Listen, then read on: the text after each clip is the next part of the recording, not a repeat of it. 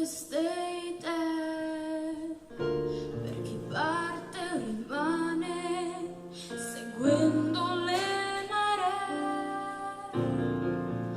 Io adesso ho bisogno di bagnarmi il viso nell'umido autunno che scende all'improvviso.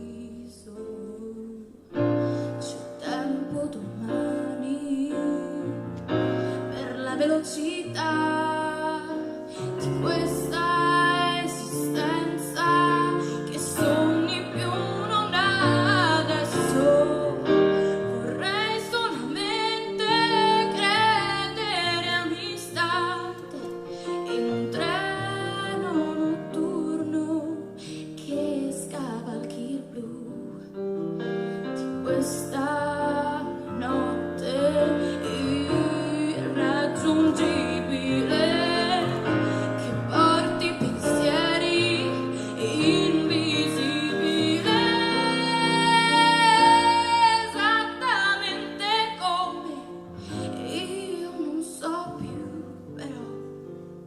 dovunque fossi tu. Può essere lieve la malinconia, come la pioggia che cade in questa via. Lo sai, non ricordo quanti anni avrai, e avrai gli anni di allora, e cambiare non potrai ancora. C'è tempo domani per questa vita mia, e domani che cosa vuoi che sia. Adesso vorrei solamente riuscire a liberare un aereo notturno che scivoli nel blu.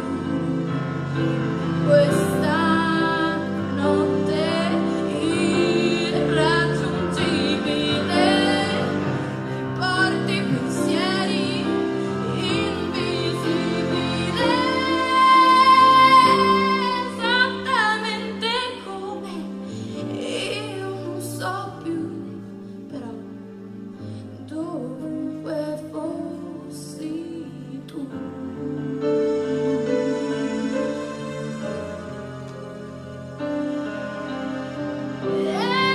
Esattamente come io non so più, però dovunque fossi tu.